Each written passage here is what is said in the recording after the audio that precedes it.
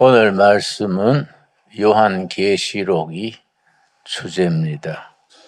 요한계시록을 우리는 어렵다, 이해하기 힘든다, 그렇게 부담을 가집니다만은 차근차근 이해하면은 참 재미가 있고 깊이가 있고 그 속에서 어린 양 예수님을 만나게 됩니다. 요한복음에는 4가지 주제를 분명히 알고 읽어야 합니다. 첫째는 역사를 주장하시는 분은 세상 임금, 대통령, 지도자들이 아니다. 여호와 하나님이 역사를 주관하신다. 첫째입니다. 둘째는 예수가 승리자다. 예수님이 최후의 승리자다. 세 번째는 마지막까지 이기는 자가 영광을 누린다. 그래서 요한계시록에서는 계속해서 이기는 자를 강조합니다. 요한계시록이 쓰여진 때가 AD 90년 전후 로마의 도미티안 황제가 극심한 핍박을 가할 때에 예수 믿는다는 것 때문에 사형장으로 가고 사자밥이 되고 십자가에 달려 죽고 심한 고문을 받고 그런 시절에 마지막까지 이기는 자, 그 신앙에 변절하지 않고 이기는 자가 영광을 받는다. 세 번째입니다. 네 번째는 진정한 종말론, 새하늘과 새 땅이 이루어진다. 우리는 세상에 속해 있습니다마는 지금 하늘과 지금 땅이 거두어지고 새하늘과 새 땅이 재림하시는 예수님과 더불어 새하늘과 새 땅이 이루어진다. 그 비전, 그 확신을 지니고 살아가는 사람들입니다. 먼저 계시록 1장 1절 말씀, 계시록 1장 1절. 예수 그리스도의 계시라. 요 계시란 말이 헬라어에 아주 뜻이 깊습니다. 아포카립시스, 계시라. 아포카립스라는 말은 감추었던 것이 드러난다. 덮여있던 것이 밝혀진다. 예수 그리스도를 통해서 감추어 있던 것이 드러나게 된다. 그래서 예수 그리스도의 아포카립시스, 계시라. 이는 하나님이 그에게 주사 반드시 속히 일어날 일들을 그 종들에게 보이시려고 그의 천사를 그 종 요한에게 보내어 알게 하신 것이라. 요한은 사도 요한 혹은 장로 요한, 요한은 하나님의 말씀과 예수 그리스도의 증거, 곧 자기가 본 것을 증언하였느니라. 이 3절 말씀이 이 요한계시록이 쓰여지고 전해지고 읽을 때의 상황을 설명해 줍니다. 3절. 이 예언의 말씀을 읽는 자와 듣는 자와 그 가운데 기록한 것을 지키는 자가 복이 있다. 읽는 자, 듣는 자란 말이 아주 특별합니다. 이 듣는 자란 말이 왜 들어있느냐? 본래 요한계시록은 낭독용으로 쓰여졌습니다.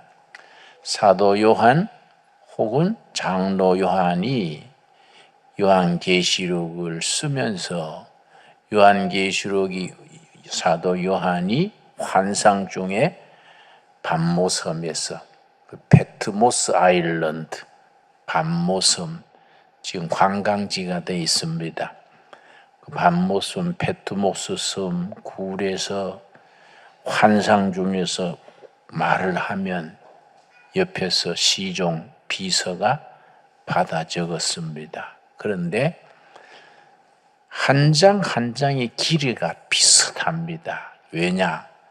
한 번에 읽을 수 있는 길이. 그래서 이제 이 원문을 편지로 7교회 보냈습니다. 각 교회에서 이 편지를 받아가지고 모여서 그걸 듣는 겁니다. 그때는 그때 성도들은 노예도 있고 글 모르는 사람도 많고 하니까 다 읽을 수가 없지요. 그래서 그걸 읽습니다. 읽으면은 노예 생활하는 분, 뭐 종살이 하는 분, 그것은 지금도 그러합니다마는 교인들 중에는 서민들이 많았습니다. 그 사람은 글을 모르는 사람들이 많았지요. 위에서 읽으면 눈을 저시 감고 듣는 겁니다. 그래서 그 1장, 2장, 3장 그 각 책의 장의 길이가 아주 비슷합니다. 한 번 읽으면 모두 듣고 아멘, 아멘 그렇게 응답하는 겁니다. 그래서 내용이 그 이제 처음 읽을 때 아포칼립시스 크리스투스 모두 귀를 기울이고 듣는 거지요. 그러니까 읽는 자와 듣는 자와 가운데 기록한 것을 지키는 자가 복이 있다. 그러고는 이제 예수님은 어떤 예수님이냐? 요한계시록의 주인공은 당연히 예수 그리스도지요. 그 예수가 어떤 예수냐? 설명을 합니다. 4절입니다. 요한은 아시아에 있는 7교회에 편지하노니 이제도 계시고 전에도 계셨고 장차 오실 이 예수 그리스도입니다. 지금도 계시고 전에도 계셨고 장차 오실 이 예수 그리스도. 그 예수 그리스도께서 보여주신 계시 아포칼립시스를 소아시아에 있는 7교회에 편지로 보내는 겁니다. 그렇게 보내라고 지시를 받아서 기록을 해서 보냅니다.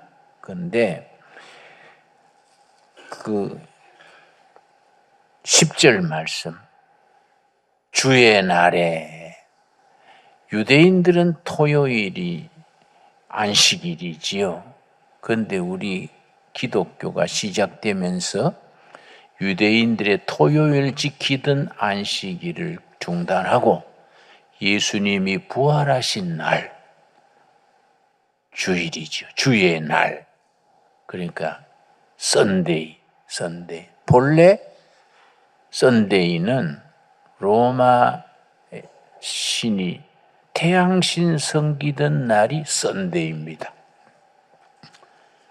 그래서 지금 안식교 같은 데서는 그걸 주일 일요 예배를 반대하지요. 로마의 태양신 섬기던 날을 우리가 섬길 수 있느냐?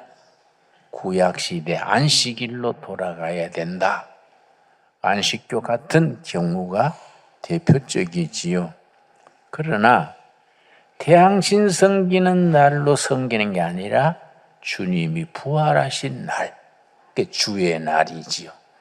그래서 우리가 크리스찬들은 일요일 그러지 않고 주일, 주의 날에 내가 성령에 감동되어 내 뒤에서 나는 나팔소리 같은 큰 음성을 들으니 하나님의 음성을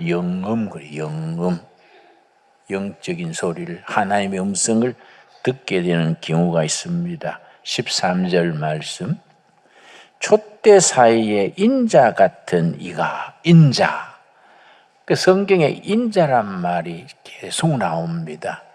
예수님이 스스로 자신을 인자는 그런 말을 했는데 Son of Man, 사람의 아들 그 인자란 말의 의미가 어디서 시작됐는가?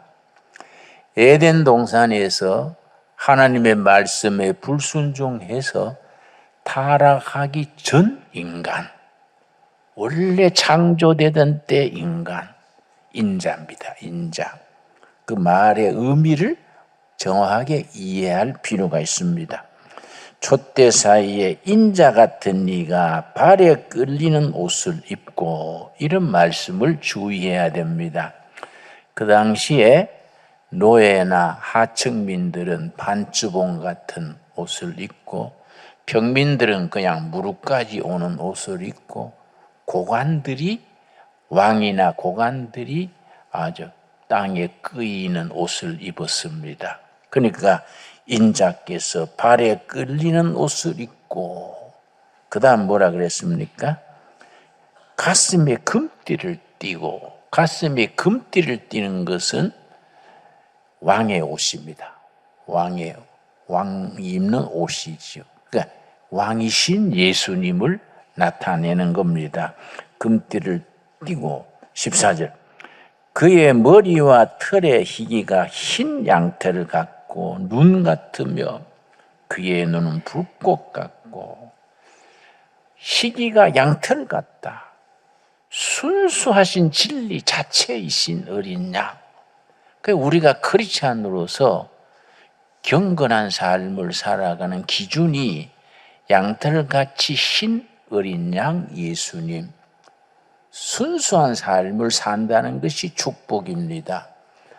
우리가 나이 들어가면서 느끼는 게 있습니다. 깨끗하게, 겸손하게 사는 것이 축복이다. 떼부자 되려 할 것도 없고, 월세를 누리려 할 것도 없고, 어차피 우리의 본향은 천국인데, 지나가는 나그네로 살아가는데, 양털같이 흰 옷 입으신 예수님을 따라서 순수하게, 깨끗하게 사는 것이 축복이다. 그걸 점점 느끼게 됩니다. 20절 말씀. 너가 본 것은 내 오른손에 7별의 비밀과 7별의 비밀과 7 금촛대라. 7별은 7 교회의 사자요 7 촛대는 7 교회니라. 성령께서 요한에게 7 교회에 편지를 보내라 했는데, 그것이 1장 20절 마지막 절에 우리 주님께서 긴 땅에 끌리는 긴 옷을 입고 금 허리띠를 띠고 양털같이 순결하신 모습으로 오른손에 7 별을 잡았습니다. 그리고 7 촛대 사이를 거니시는 겁니다. 그 7 교회는 초대교회 7 교회, 7 별은 7 교회를 관장하는 천사, 다스리는 영이지요. 아주 참 드라마틱한 표현이지요. 7 촛대 사이를 다니시면서 오른손에 7 별을 잡으신 이 어떤 이냐? 지금도 계시고 옛적에도 계셨고 앞으로 오실 이 예수 그리스도지요. 그래서 2장과 3장에 7 교회가 나옵니다. 요한이 7 교회에 성령의 지시를 받아서 보낸 편지인데, 그 7 교회에 대해서 2장, 3장에 나옵니다.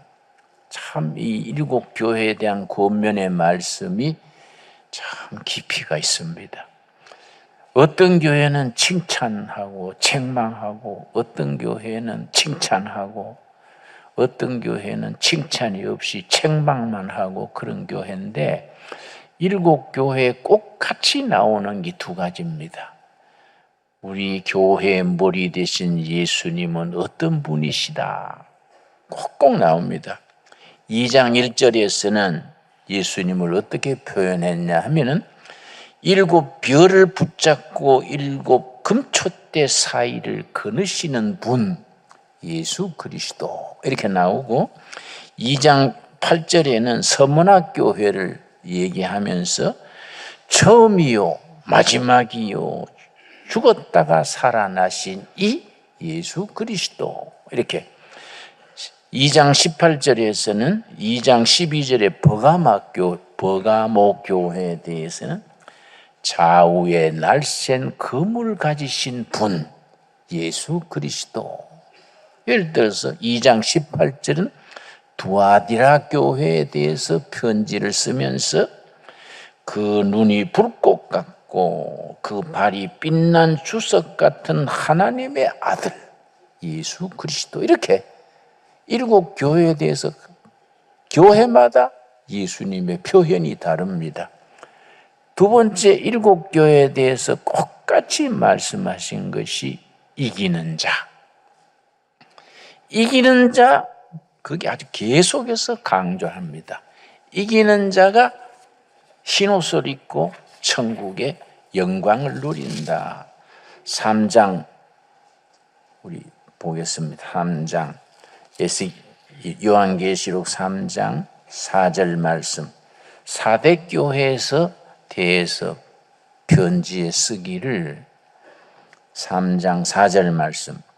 그러나 4대에 그 옷을 더럽히지 아니한 자 몇 명이 너게 있어 흰옷을 입고 나와 함께 다니리니 그들은 합당한 자인 영고라. 5절 첫마디가 뭡니까? 이기는 자, 이기는 자. 훗날에 천국에서 흰옷 입고 예수님과 함께 산보하게 되는 승리하는 자, 이기는 자.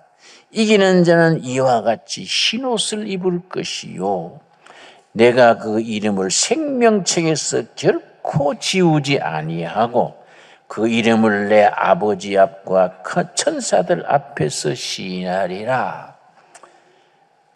이기는 자는 천국에서 예수님과 흰옷을 입는다. 그래서 7장 13절에 보면은 그 흰옷이 어떤 옷이냐, 어떻게 생긴 옷이냐, 7장 14절입니다. 7장 13절 14절. 천국에 가면은 다 우리가 흰옷을 입게 됩니다. 그 왜 흰옷이냐? 7장 13절. 장로 중 하나가 응답하여 나에게 이르되 이 흰옷 입은 자들이 누구며 또 어디서 왔느냐? 14절. 내가 말하기를 내 주여 당신이 아시나이다 하니 그가 나에게 이르되 이는 큰 환난에서 나오는데 엄청난 핍박에서 쓰인 편지니까 큰 환난에서 나오는 자들인데 어린 양의 피에 그 옷을 씻어 희게 하였느니라.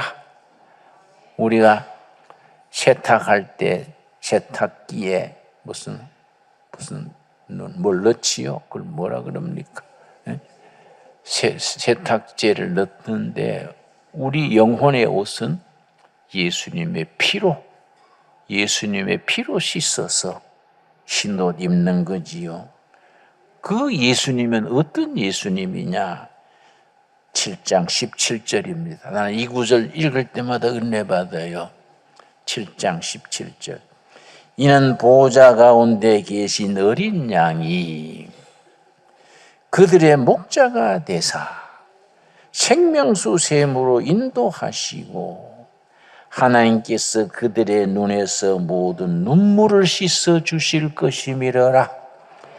눈물 씻어 주시는 예수님, 우리 목자장 되시는 예수님은 이 땅의 눈물과 한과 서름을 다 씻어 주시는 예수님.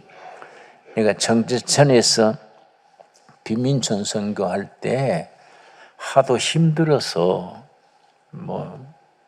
몸도 약해지고 너무 지쳐서 아이고 가야겠다. 한여름에 한 40도 넘도록 한여를 앓고 나니까요. 아이고 빈민촌에 더 있다가는 몇 년 못 살고 죽겠다. 응?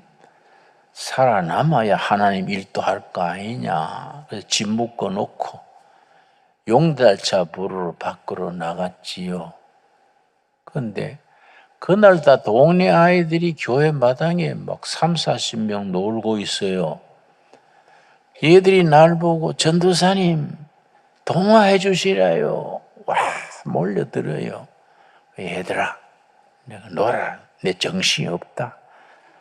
그런데 걔들 보는 데서 그 짐 싸서 갈 수가 있습니까?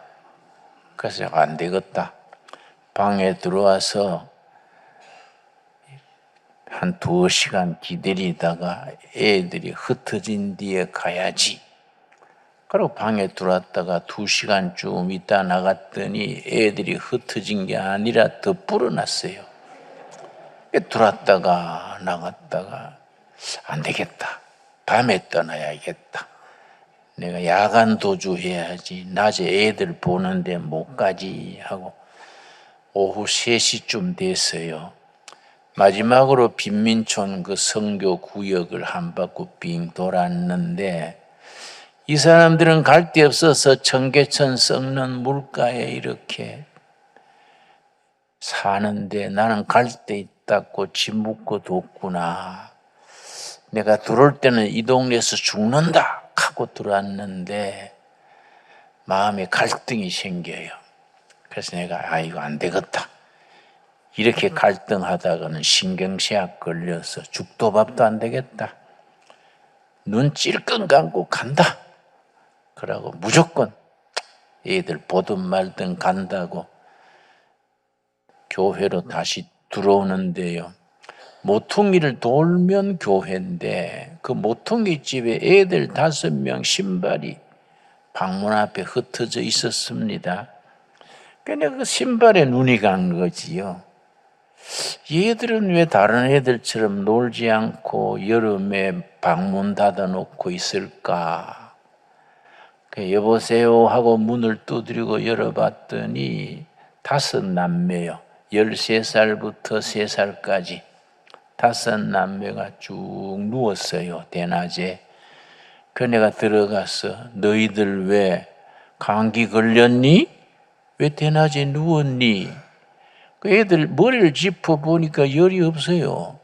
너 왜 그래? 괜찮은데? 그랬더니 13살짜리 제일 큰 애가 일어나 앉으면서 전도사님 배고파해. 엄마 사흘 전에 나가시고 안 들어와서 굶으시오. 그 엄마 자기 아버지는 술 먹고 사람 때려서 유치장에 가고 남편 나올 때까지 이제 부인이 을지로 육가에서 포장마차, 참새구이, 우동장사 하면서 애들을 키우는데 그 니아까 끌고 3일 전에 나가서 안 들어왔다는 기지요. 하루 벌어 하루 먹는 가정에 3일간 안 들어오니까 애들이 3일을 굶었습니다. 누워 있는 거예요. 형이 그렇게 우니까 동생들도 일어나 앉으면서 우는데 내가 3살짜리가요 사흘을 굶고 눈물을 닦으면서 엄마 배고프 하고 우는데 내가 그 배고프는 아이의 얼굴에 떨어지는 눈물을 가만히 보면서 저 3살짜리가 3일을 굶고 엄마 부르면서 울고 있구나. 내가 이 동네를 떠나는 것이 예수님의 뜻이 아니지 않을까 하는데 그때 그 눈물 떨어지는 3살짜리 얼굴에 예수님의 얼굴이 나타났어요. 그 나는 천국 가면 물어볼라 합니다. 예수님 그때 진짜 예수님입니까? 내가 환상을 본 겁니까? 물어볼라 그래요. 예수님의 모습이 얼굴에 탁 나타났다가 사라졌는데 그때 내가 탁 가슴에 휠이 꽂힌 거지요. 나를 구원하신 예수님은 내가 이 마을 떠나는 걸 원치 아니하시는구나. 저 애들의 눈물 속에 예수님이 계시는구나. 그때 그러고 다시 시작을 했지요. 내 가게에 가서 짐 풀어놨던 거 풀어놓고 가게 가서 물국수 사다가 국수 끓여가지고 먹기 전에 애들 손잡고 기도했어요. 예수님, 이 애들 눈물 속에 예수님이 계신 줄 압니다. 이 동네 떠나지 않고 예수님의 이름으로 같이 살겠습니다. 애들 손잡고 기도했습니다. 나는 요한계시록 7장 17절 읽을 때마다 가슴이 뭉클해요. 우리 예수님은 어떤 예수님이냐? 요한계시록의 주인 되신 어린 양 예수님은 어떤 예수님이냐? 우리 백성들의 눈에서 눈물 씻겨주시는 예수님. 요한계시록에 그 말이 계속 나옵니다. 21장 3절입니다. 요한계시록 21장 3절. 요한계시록 21장 1절에 또 내가 새하늘과 새 땅을 보니, 새하늘과 새 땅 얘기가 나오고 우리 모든 성도들이 가지는 영원한 비전이지요. 우리의 확신하는 신앙이 새하늘과 새 땅이지요. 그리고 3절 말씀. 내가 들으니 보좌에서 큰 음성이 나서 이르되 보라, 하나님의 장막이 사람들과 함께 있음에 하나님이 그들과 함께 계시리니 그들은 하나님의 백성이 되고 하나님은 친히 그들과 함께 계셔서. 4절 우리 한번 같이 읽겠습니다.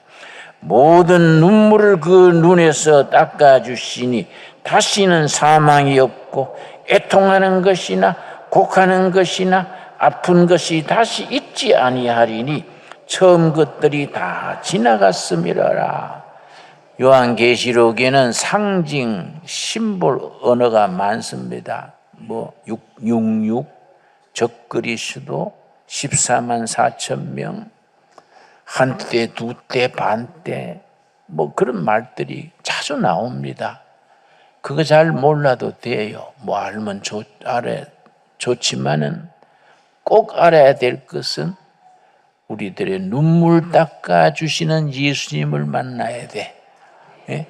우리 이 세상에서 참 핍박 속에, 환난 속에, 힘든 세상에서 주님 붙들고 마지막까지 이기는 삶을 살고 눈물 닦아주시는 예수님을 만나는, 이게 참 우리들의 요한계시록을 읽는 우리들의 목표지요. 4장 1절 보겠습니다. 4장 1절 말씀. 요한계시록 4장 1절에 하늘 문 얘기가 나옵니다. 4장 1절 말씀. 이 일 후에 내가 보니, 그 다음 뭐라 그랬습니까? 하늘에 열린 문이 있는데 내가 들은 바 처음에 내게 말하던 나팔 소리 같은 그 음성이 이르되 이리로 올라오라. 하늘에 여문이 있습니다. 하늘문, 열린 문 있고. 2절 말씀, 4장 2절. 내가 그 성령에 감동되었더니 보자 하늘에 보라, 하늘에 보좌를 베풀었고 그 보좌에 앉으신 이가 있는데, 보좌가 둘이 있습니다. 지상에 보좌가 있고 하늘 위에 보좌가 있습니다.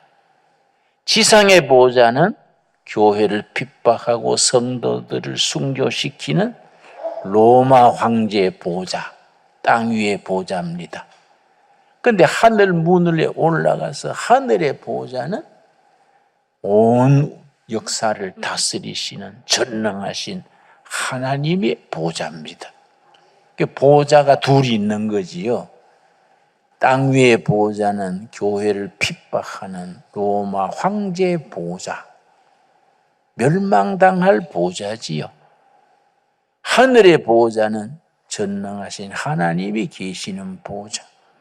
그런데 그 보좌가 주위에 4절 말씀, 또 보좌에 둘러 24 보좌들이 있고 그 보호자들 위에 24 장로들이 흰옷을 입고 머리에 금관을 쓰고 앉았더라. 그 하늘의 보호자 앞에 24개의 보호자가 열둘 두 줄로 있는 겁니다. 열둘은 구약의 12지파, 나머지 열둘은 신약의 12제자, 12지파와 12제자를 상징하는 12보좌가 있어서 여호와를 찬양하는 겁니다. 그래서 6절 말씀, 보좌 위에 수정과 같은 유리 바다가 있고 보좌 가운데 보좌 주위에 네 생물이 있는데 앞뒤에 눈들이 가득하더라. 여러분 성경 읽으실 때에 눈들이 가득하다는 말을 읽으면은 뭘 깨달아야 되느냐 하면은 온 천지에 보지 못하는 것이 없으신 하나님, 모든 걸 볼 수 있는 하나님, 눈들이 가득하다. 그래서 네 생물 7절, 그 첫째 생물은 뭐와 같고? 사자. 이걸 네 생물을 사복음서에 적용해서 사자복음이 마태복음입니다. 왜냐? 사자는 짐승 중에 왕이지요. 그래서 마태복음은 왕으로 오신 예수님을 중심으로 하니까 마태복음을 사자복음, 왕이신 예수님입니다. 둘째 생물은 송아지 같고, 송아지 복음은 마가복음. 소는 평생 일하고 죽어서도 가죽 뼈까지 다 뼈곰탕으로 남기고 꼬리까지 꼬리곰탕 재료가 되지요. 모든 것을 다 바치는 게 송아지 소입니다. 그래서 마가복음을 송아지 소복음, 그래서 섬기러 오신 예수님, 종이신 예수님, 마태복음은 왕이신 예수님, 마가복음은 종이신 예수님. 그 다음 셋째 생물은 뭐와 같다고요? 얼굴이 사람 같고, 그러니까 누가복음이 사람복음입니다. 예수님의 인간성, 인간이신 예수님이 누가복음, 사람의 복음 그럽니다. 그래서 사복음서 중에서 누가복음이 예수님의 그 휴머니티, 인간성에 대해서 가장 강조했고, 예수님이 어릴 때 어떻게 자라셨다, 누가복음 2장에 아주 두 구절이나 그렇게 확실히 쓰고 있습니다. 사람이신 예수. 그 다음 네 번째 생물은 뭡니까? 넷째 생물은 날아가는 독수리 같은데, 독수리는 하늘을 나는 날짐승 중에 왕이니까, 그래서 독수리 복음이 요한 복음입니다. 하나님이신 그리스도, 그 단어 자체를 잘 구별해야 됩니다. 누가복음은 사람이신 예수님, 요한복음은 하나님이신 그리스도, 합쳐서 예수 그리스도를 믿는다, 이렇게 말하는 겁니다. 예수는 사람의 이름, 그리스도는 구속자, 하나님의 이름, 구원자시지요. 합쳐서 우리가 예수 그리스도를 믿습니다. 따지자면 그 100점이지요. 그러나 우리가 뭐 줄여서 예수 믿습니다, 그리스도 믿습니다, 그렇게 말하지요. 그런데 8절 말씀, 네 생물은 각각 6날개를 가졌고, 짐승이 날개가 2개인데 6날개를 가졌다는 말은 무슨 뜻이냐? 못 가시는 곳이 없다. 눈이 가득하다는 말은 못 보시는 것이 없다. 10절 말씀, 24 장로들이 보좌에 앉으시니 앞에 엎드려 세세토록 살아계시는 이에게 경배하고 자기의 관을 보좌 앞에 드리며 이르되, 온 우주를 다스리시는 하나님의 보좌 앞에서 24 장로들이 경배하는 겁니다. 그런데 참 이 요한계시록이요, 그렇게 차근차근 따져서 읽으면은 참 은혜가 됩니다. 그런데 이걸 그냥 어렵다 하고 그냥 읽으면은 자꾸 취미가 없어지게 되지요. 근데 8절 말씀 보면은 8장 1절 말씀, 일곱째 인을 떼실 때에 하늘이 반 시간쯤 고요하더니 내가 보매 하나님 앞에 일곱 천사가 서 있어 일곱 나팔을 받았더라. 3절, 또 다른 천사가 와서 제단 곁에 서서 금향로를 가지고 많은 향을 받았으니, 천사 하나가 향로를 가지고 향을 받는데 그 향이 무슨 향이냐? 이는 모든 성도의 기도와 합하여 보좌 앞 금제단에 들어가자 함이라. 여러분, 우리가 새벽 기도 때, 가정 예배 때 기도 드리지요? 그 기도가 하늘에 올라가는 겁니다. 우리 기도 드릴 때는 뭐 좀 맹숭맹숭하고 뭐 그렇지만은 이게 다 하늘에 올라가는 거예요. 하늘에 올라가서 천사가 그 기도를 향로에 받는 겁니다. 4절, 향년이 성도의 기도와 함께 천사의 손으로부터 하나님 앞으로 올라가는지라. 이런 말씀 읽으면은요, 정신이 번쩍 들지요. 야, 우리 기도가 우리가 드릴 때는 별거 아닌 것 같아도 이 전부 하늘에 올라가 가지고 천사가 하늘을 향로에 받아 가지고 하나님 앞에 올리는구나. 참 귀한 말씀이지요. 근데 우리가 이런 말씀을 깊이 생각해야 됩니다. 이 땅에서 핍박받고 억울한 일 당하고 한을 품은 사람들이 순교당하고 뭐 한을 품고 죽는 경우가 많지요. 그래서 6장 10절입니다. 6장 10절.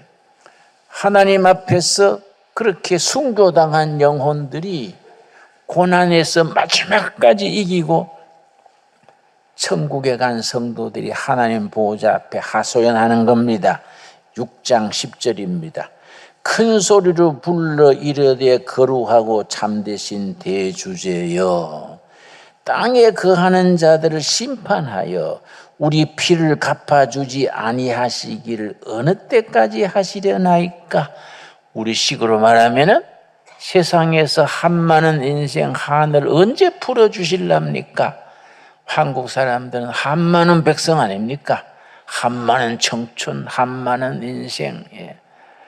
그 사정 가정 들어보면요, 우리가 한을 쌓고 살아온 겁니다. 그래서 일본 말에, 영어에는 한이란 말이 없습니다. 독일어도 그렇고요. 그래서 우리 한글에 한을 영어로 번역할 때는 그 단어가 없어서 HAN, 한을 그냥 번역해요. 독일어도 그렇고요. 그 한많은 인생, 한많은 청춘, 한 글자가 없어요. 외국 영어나 독일어에는. 근데 우리는 참 한많은 역사를 살아왔지 않습니까? 그 한을 쌓고 우리 할머니, 어머니들이 쌓은 한이 뭐 기막히지요. 그 하나님 보호자 앞에서 세상에서 쌓은 우리에게 원한 한을 언제 풀어주실랍니까? 뭐라 그랬습니까? 11절 말씀. 각각 그들에게 흰 두루마기를 주시며, 흰 두루마기는 앞에서 읽었지요? 이르시되 아직 잠시 동안 쉬되 좀 기다려라, 쉬어라. 그들의 동무들, 종들과 형제들도 자기처럼 죽임을 당하여 그 수가 차기까지 하라 하시더라. 하나님께서 티오가 있어. 세상에서 순교하고 고난을 마지막까지 이기는 사람들의 티오가 정해져 있는데, 요즘 교인들이 게을러가지고 편하게 사느라고 숫자가 덜 찼다, 숫자가 찰 때까지 기다려라. 숫자가 차면은 다 그걸 갚아준다. 기맥힌 말이지요. 특별히 우리 북한 성도들을 위해서 기도해야 됩니다.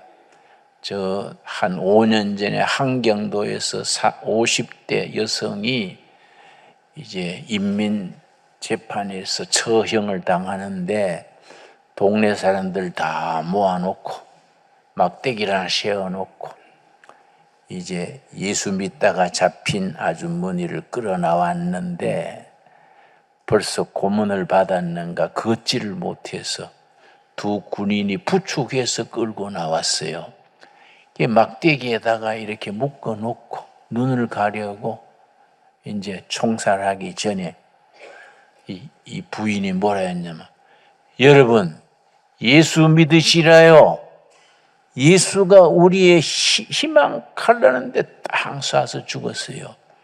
그걸 그 옆에 중국인 보따리 장사가 그걸 유튜브로 찍었어요. 그걸 세계에 널리 퍼졌습니다. 그런 영혼들이 하나님께 호소하는 거예요. 이 하늘, 이 눈물을 언제 풀어주실랍니까? 그러니까 좀 기다려라. 지상의 교인들이 요새 게을러졌다. 그렇게 순교하지 않고 복음을 위해서 헌신하지 않고 편하게 예수 믿으니까 숫자가 덜 찼다. 조금만 기다려라. 숫자가 차면 내가 네 눈물을 닦아주겠다. 그래서 여러분, 요한복음이요, 어려운 것 같아도 구절구절 깊이가 있고 참 우리가 은혜가 있습니다. 내가 언제 시간이 있으면 성도님들 중에 어디 온천에 가든지 어디 가서 한 일주일 시간 내서 두레마을에서도 좋겠지요. 요한계시록만 한 일주일 공부했으면 좋을 것 같아요. 그 장장이 구절구절이 우리에게 주는 살아있는 말씀이지요. 이 말씀이 우리 생활, 삶 속에서 양식이 되고 피가 되고 살이 될 수 있게 되기 바랍니다. 기도하겠습니다. 하나님 감사합니다. 우리가 요한계시록 같은 귀한 소중한 말씀을 주셔서 감사합니다. 어린 양 예수 그리스도께서 우리에게 생명을 주시고 승리하게 하시고 이 땅에 쌓은 모든 눈물을 닦아주시는 주님 찬양합니다.